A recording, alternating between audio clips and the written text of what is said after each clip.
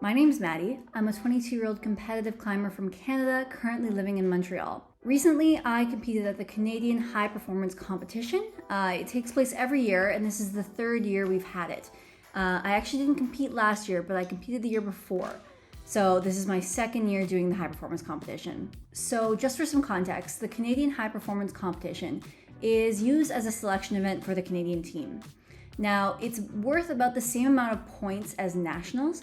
So everyone on the Canadian team needs to accumulate points, and you can get points at World Cups, at national competitions, at Pan American competitions such as North American Cups, or at the Olympic Games if you happen to go to those. So the high performance competition is a step up from nationals in terms of points. So everyone is trying to do well at this high performance competition. It's also an invite-only event, so the top 10 finishers from the national championships get to go. And this year I was third, but I also get an exemption because I am on the national team already. So everyone for the national team is invited, as well as top 10 finishers. And then each province gets an extra quota in order to add it to the list for the high performance competition. So it's fair to say that the best of the best in Canada show up at the high performance competition. It's also a more difficult competition than your regular national championship. They try to make it the difficulty and style of a World Cup qualifying event in order to get more Canadians qualifying for semifinals at World Cups. Now, that said, this is just one event, and Canada doesn't have enough funding for training camps or coaches right now. So this is basically it. This is all we've got before the World Cups, and we're basically on our own this season. So if you'd like to support me and Zach as we head into this season, head over to richardsonsclimbing.com and become a paid supporter to help us get to World Cups and train for World Cups. So that said, let's jump into the high performance competition this year. So it's been a few months since I actually competed in a Canadian event. So it's safe to say I was a little bit nervous for this. I was actually kind of shaking as I went into this first boulder because, when a certain amount of time passes, you start to wonder if you stack up against everyone the same, or if someone's been doing a lot of training and they've gotten better. You don't really remember how you stack up against the other Canadians.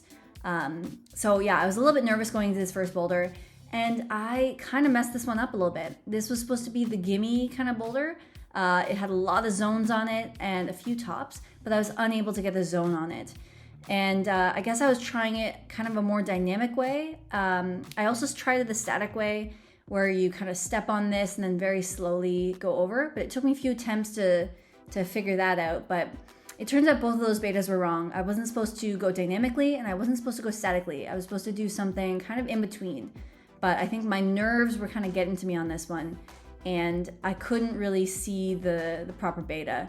I thought maybe it would be a toe hook on the start hold, but that really didn't feel comfortable. And you can see here, I'm trying the static beta, but again, everything just feels like really weird and wrong. And I was getting close on that attempt, but it was just far enough that it wasn't quite gonna go that way.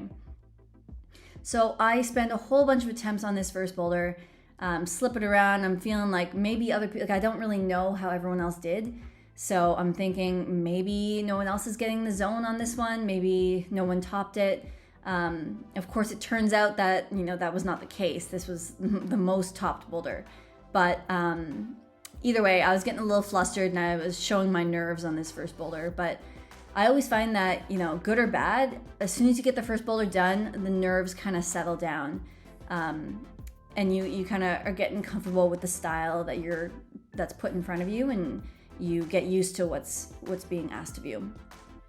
So I wasn't kind of thrown off for boulder 2. I was just, I didn't know what was happening, and I tried as well as I could on boulder 1, and just nothing happened. So I went into boulder 2 with a clean slate, and boulder 2 went a lot better. So this first move here, this is kind of a dynamic foot stab and hand grab, was really good. And then you go straight into a double clutch, which I was really psyched that I just kind of went straight into it instead of hesitating. And then I did the same thing for the finish holds. I didn't hesitate. I went straight into another double clutch. And unfortunately, that either wasn't the beta, or I just didn't, pause long enough to really get ready for that move, because the finish hold was terrible. And I unfortunately wasn't able to get back up there again. You can see my right hand dry fires. And it's such a powerful boulder that I didn't have enough energy to put another attempt on it. So I had to leave it there. But actually, when I handed my scorecard into the judge, she said, "Oh, good job. That was the only zone on that boulder." And of course, judges aren't supposed to tell you that, but it was a volunteer judge, and she just had a quick lapse in judgment, but it was no big deal. And I was psyched. I kind of knew that no one had gotten that boulder, or that zone, because it just how difficult it felt. So I was feeling good about that. And then we go into boulder 3. This is a vertical wall, I believe, or maybe it's a slight slab. And yeah, super like slow. This boulder, I wonder if I was breaking it here. It's like you can see I can't quite span it, and clearly the setters were making sure that I didn't, because that's the thing with IFSC events, like they're gonna make sure that no one can break it in like a really obvious way. Sometimes, of course, you can't help it. Some climbers are just a lot taller than others, and it just happens. But yeah, this one was great because I couldn't quite reach it. I had to do this really slow rock over to this terrible kind of press volume. And then you get your feet up and you kind of stand up to another hold. You're not sure how good it's going to be. But in the classic IFSC fashion, you have to just kind of go and, hope that you're strong enough. Like at the IFSC level, you kind of know that you're strong enough, but it's just about like being confident for the move and just going for it. So that was the case on that boulder, and I got a top, and I believe that happened to be the only top on that boulder. So super psyched. Again, I didn't know that was the case, but looking back, that was the only top. And then this boulder, this is boulder 4 now, and I believe this one was my biggest mistake in the round.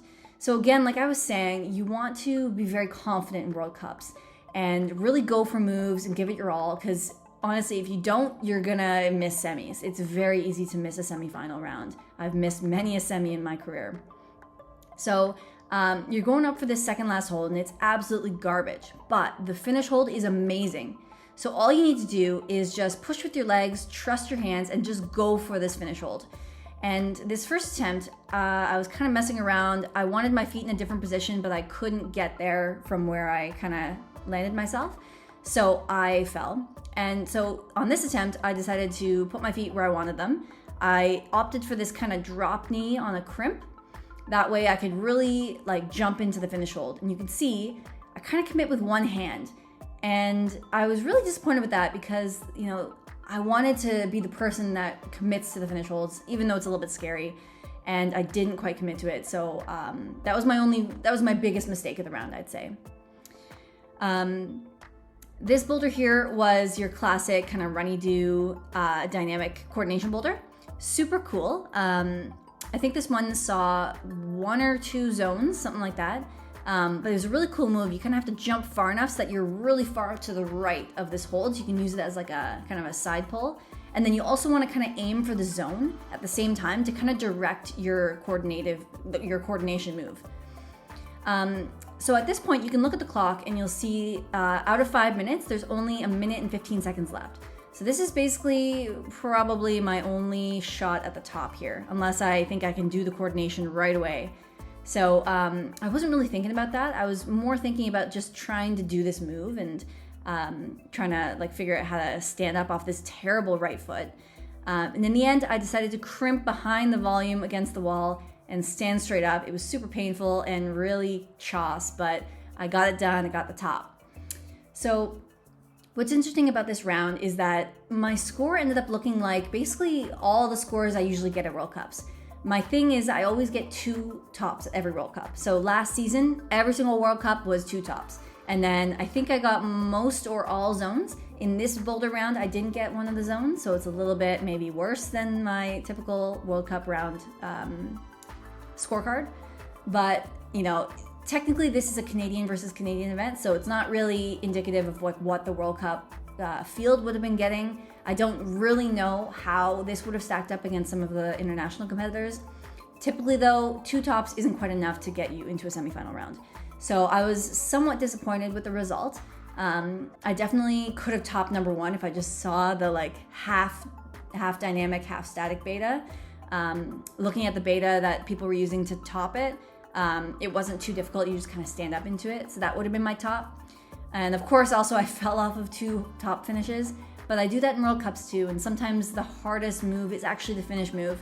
So everything is just difficult about World Cups. It's not just the style, it's not just the difficulty, it's about the commitment, it's about your surroundings, it's absolutely everything. And the high performance competition in Canada does a really good job of emulating that, but especially in Canada right now, it's kind of like an inner competition where it's just me versus the boulders, and I try to kind of pretend that I'm at a World Cup. But we did have a World Cup setter, which was awesome, and he set some really cool boulders, and I got a lot out of them. So overall, it was a great event. I finished in first place, which is awesome because I didn't win nationals, and that really kind of bugged me. So everyone who was in finals at nationals, I believe, was here, as well as some other national team athletes. So to come in first in this field was a great vindication, and it's a good kind of checkpoint on the way to the World Cup season. So from here, the first World Cup starts in a month, and that's in China. So this was our first stop in the training, in the preparation for the event. So I'm really psyched, and I'm on a good trajectory, I think. So I'm psyched to head over to China. But first, we got a couple more local competitions, including the Dark Horse Championships and Studio Block Masters. So stay tuned for those events.